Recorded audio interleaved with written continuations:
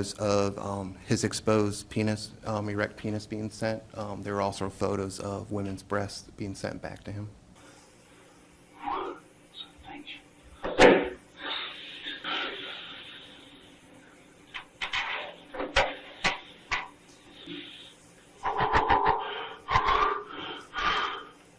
Okay, this is Justin Ross during his interrogation. Some of you know the story. I'll give you some background and then I'm going to give you my own twist on it.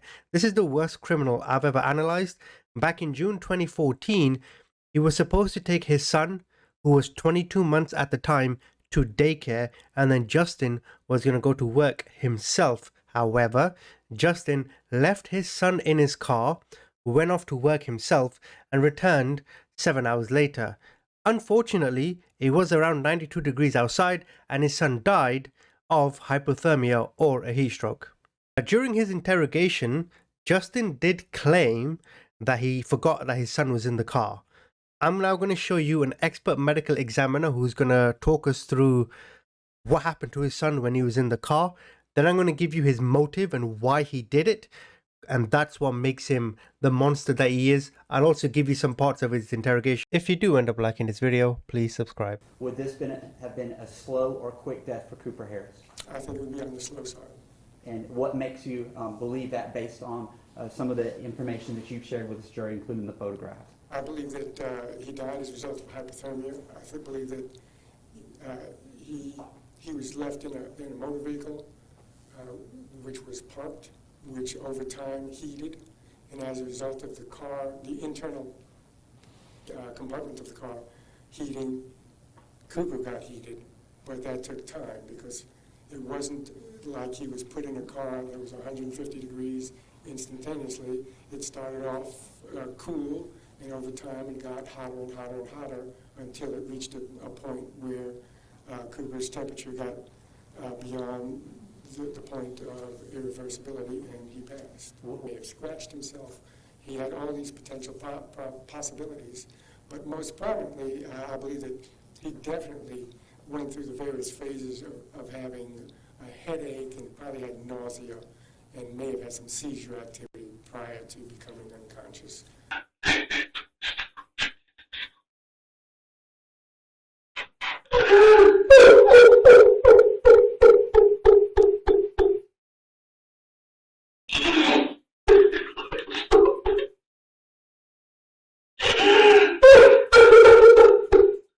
Okay, so the question is, why would he leave his son in his car? Well, the police found when they went through his search history on his phone and his laptops, he had been searching how to be child-free. He had been searching if he was to leave a child in a car, what the ideal temperature would be. He was also searching how to survive prison. This is my car. Now, whenever a child is going to enter my car, whether it be a family member or a nephew, etc., two things I do. Number one, I check the temperature. In this case, it was 74 Fahrenheit. That's not hot at all, of course. However, anything above 70, I generally leave the car running for 5 to 10 minutes, let some air out, become a little bit cooler. You can see I have the AC running, and I just let that there for 5 minutes. That's not genius. That's not a scientific breakthrough. That is just common sense. So why did Justin do it? Well, turns out he had been having many extramarital affairs. It is said he was having affairs with up to 6 different women behind his wife's back. And despite his extramarital tomfoolery, his wife did defend him. His wife did say throughout the trial she does not think he did this on purpose. A lot of his friends came out and said this was out of character. Well, I don't care what character it is. We're going to break him down right now. He did this for one reason only: excessive individualism.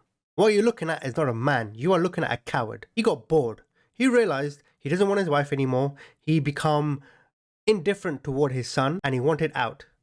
And instead of being a man, going to his wife, telling her directly, looking his son in the eye and knowing he must walk away, he decided it was far easier for him to let his son go. He was actually avoiding the real problem. The real problem here was looking at his wife in the eye, looking at his son in the eye and saying, I don't want you anymore.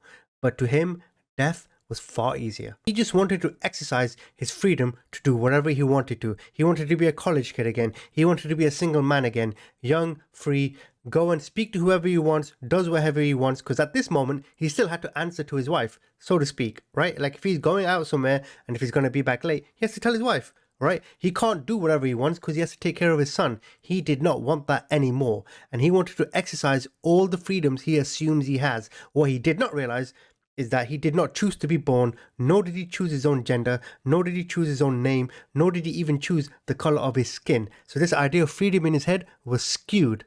And that is where excessive individualism comes in, because he only ever thought about himself. Those tears in the court case, they were real, for sure.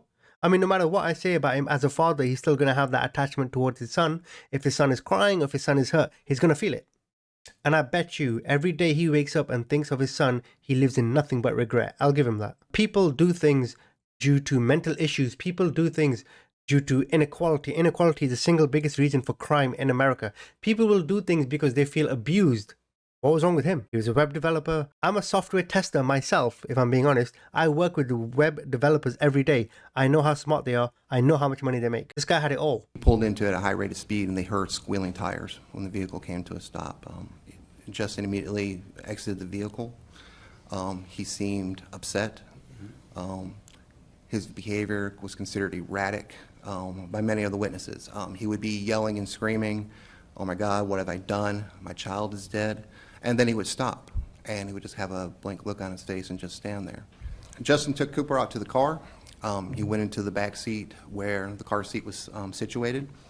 It's a rear-facing car seat, so Cooper's head would be in between or almost in between the two front seats. He put Cooper in the vehicle. He stated he strapped him in tight, and Cooper gives him a kiss. And he gives him a kiss back. And he says he always gives him a kiss in case they get into a car accident and he dies. He wanted Cooper to, his last memory, or Cooper to remember that he'd been loved or that his daddy loved him. Let's talk a little bit about his wife and the statements that she gave. When I assume she was supposed to show up at the daycare to pick up Cooper, correct? Correct. She walked into the daycare. She walked back to Cooper's classroom where she ran into Michelle. And she asked, what are you doing here? And Leanna's like, well, I'm here to pick up Cooper. And like, Ross never dropped Cooper off. And she's like, just got really calm. And she's like, well, I don't know what to do. They walked back out into the lobby, and in front of several witnesses, all of a sudden she states, Ross must have left him in the car. And they're like, what? There's no other reason. No other explanation, excuse me. Ross must have left him in the car. And they try to console her, and they're like, no, there's 1,000 reasons. There, he could have taken him to lunch or something. We don't know yet. And she's like, no. At some point, did you put the defendant and his wife in a room together? I did. When you did that, who was it that got emotional? The father. And could you tell the judge, what was he being emotional about? What was the main thing he was crying about or sobbing about or whatever he was doing? It was all about him. I can't believe this is happening to me. I can't believe, this happened to me. Why am I being punished for this? And it continued. It was all very one-sided. Did his wife ever say anything to him about what he said to police? She asked him, she had him sit down, and he starts going through this, and she looks at him, she's like, well, did you say too much? Did you uncover anything of what he was doing during that day while his child was out in the car? Yes. Okay. What did you uncover? He was having up to 6 different conversations with different women. It appeared from the messages from Kik mostly, which is a messaging service. And is that a computer-related messaging service? It is. And these conversations he was having with these females, were these, of what nature were they? The most common term would be sexting. Were photos being sent back and forth between these women and the defendant during this day while the child's out in the car? Yes, there were photos of his exposed penis, erect penis being sent. There were also photos of women's breasts being sent back to him. He talks about being a guitar player with this girl. She asked him about cheating on his wife. Did she ask him a question about his conscience? She did. What did she ask him? She asked. She's who? She's this other girl he is sexting with. Thank you. And she does. And Objection. That's Same no way response. relevant to anything.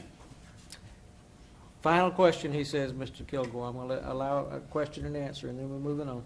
As to count 1, the court imposes the sentence of, as to malice murder, with the jury having found the defendant guilty. Sentence of the court is life to serve in confinement without parole.